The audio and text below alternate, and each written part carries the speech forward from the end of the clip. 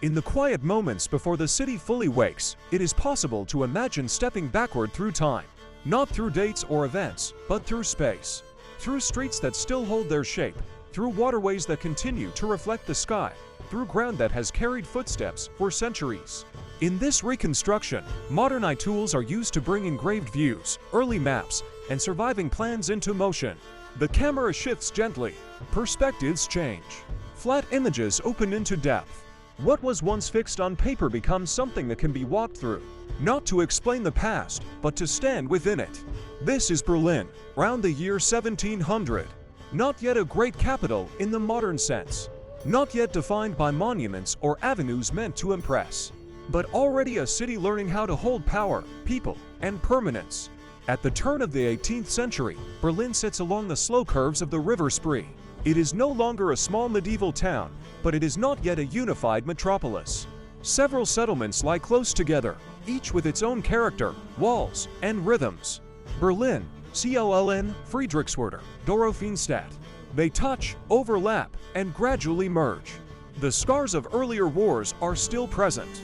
The 30 Years' War has ended within living memory. Population has returned. Construction has resumed. The city feels steady, cautious, and deliberate. Nothing suggests sudden transformation. Most structures are built with the expectation that they will last as they are.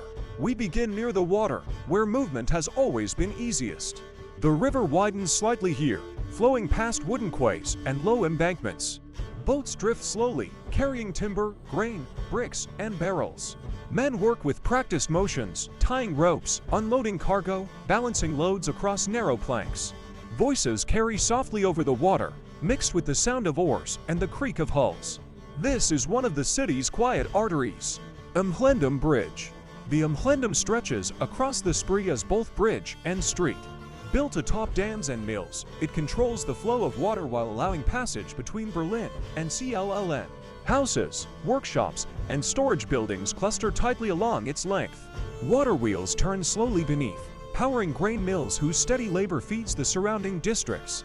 Carts roll carefully over the uneven surface. Pedestrians step aside to let animals pass. Above them, windows open toward the river, and below, the current moves through narrow channels cut by human hands. Those crossing here rarely stop to look. For them, this place is not a sight, but a necessity. From the bridge, the city rises gradually. Roofs crowd together. Church towers break the line of the sky. Street. Nicholas Church, Nikolaikirche. Street. Nicholas Church stands among tightly packed houses, its tall spire visible from many approaches. It is one of the oldest landmarks in the city, anchoring the surrounding streets by habit as much as by faith. The stone walls carry the marks of earlier centuries. Inside, light falls through tall windows onto worn floors and simple wooden pews. Outside, life continues without pause. Market stalls cluster nearby. Children move between adults. Bells mark the hours, but they do not control the day. People listen, note the time, and return to their tasks. Nearby, narrow streets lead toward the heart of trade. Molkenmarkt. At Molkenmarkt, the city gathers in small, practical exchanges. Vendors sell dairy, vegetables, bread, and meat brought in from surrounding villages. Coins pass from hand to hand. Disagreements are brief. Weights are checked. Baskets are filled. Buildings lean slightly toward one another, creating sheltered corners where conversations linger. The smell of food mixes with damp earth and smoke from nearby hearths.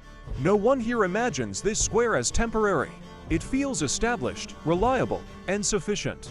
From the market, the streets widen as they move westward. Newer districts show a different intention. Dorotheenstadt. Dorotheenstadt reflects the ambitions of the elector's court. Its streets are straighter. Plots are more regular.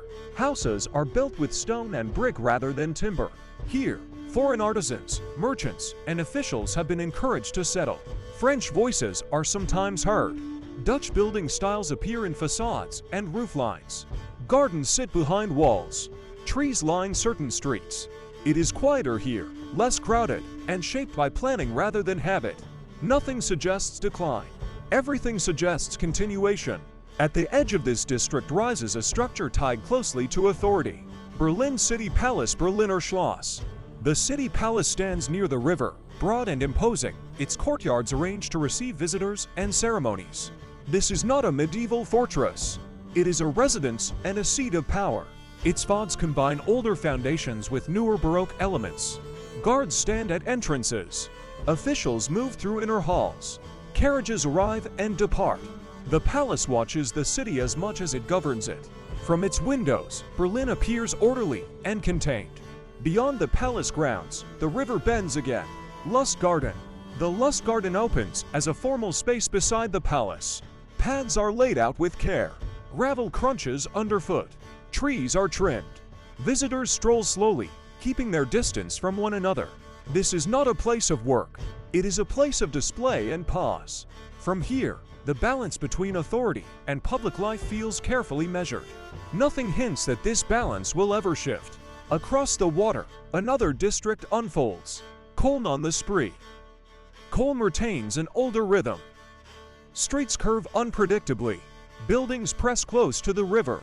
Boats tie up directly beside houses. Workshops open onto the street. Here, river trade shapes daily life. Fish are cleaned. Nets are repaired. Goods are moved directly from water to storage. The boundary between land and river feels thin. As the day progresses, sound increases. Footsteps, voices, animals, metal striking metal. Life continues not in scenes, but in layers. In the residential quarters, interiors reveal another pace. Inside a typical home, space is shared. Rooms serve multiple purposes. Beds are placed near warmth. Tables are cleared and set again. Light enters through small windows, softened by glass that distorts the outside world. Cooking, mending, washing, and storage happen side by side. Privacy is limited. Routine is familiar. Each task leads quietly to the next. Children learn by watching. Adults work without expectation of recognition. Days are measured by necessity, not ambition. As evening approaches, movement slows. Shops close. Candles are lit. The river darkens. Nothing suggests that this city will one day be reshaped repeatedly. Nothing suggests destruction or division. The streets feel permanent. The buildings feel sufficient. The rhythms feel settled. They could not know how often these spaces would change their meaning. They could not know how many layers would be added above and below their footsteps. Gradually, the present returns. The river still follows its course. Some streets remain. Others exist only in plans and engravings. The palace has been altered, damaged, rebuilt. Church towers still rise, though surrounded by different sounds. Berlin continues to occupy the same ground. The distance between then and now is measured not in space, but in time. Through these reconstructions, the city briefly appears as it once felt. Not dramatic, not monumental, but inhabited. And even as the images fade, the sense remains that the past has not entirely left. It continues beneath the surface, waiting quietly, as it always has.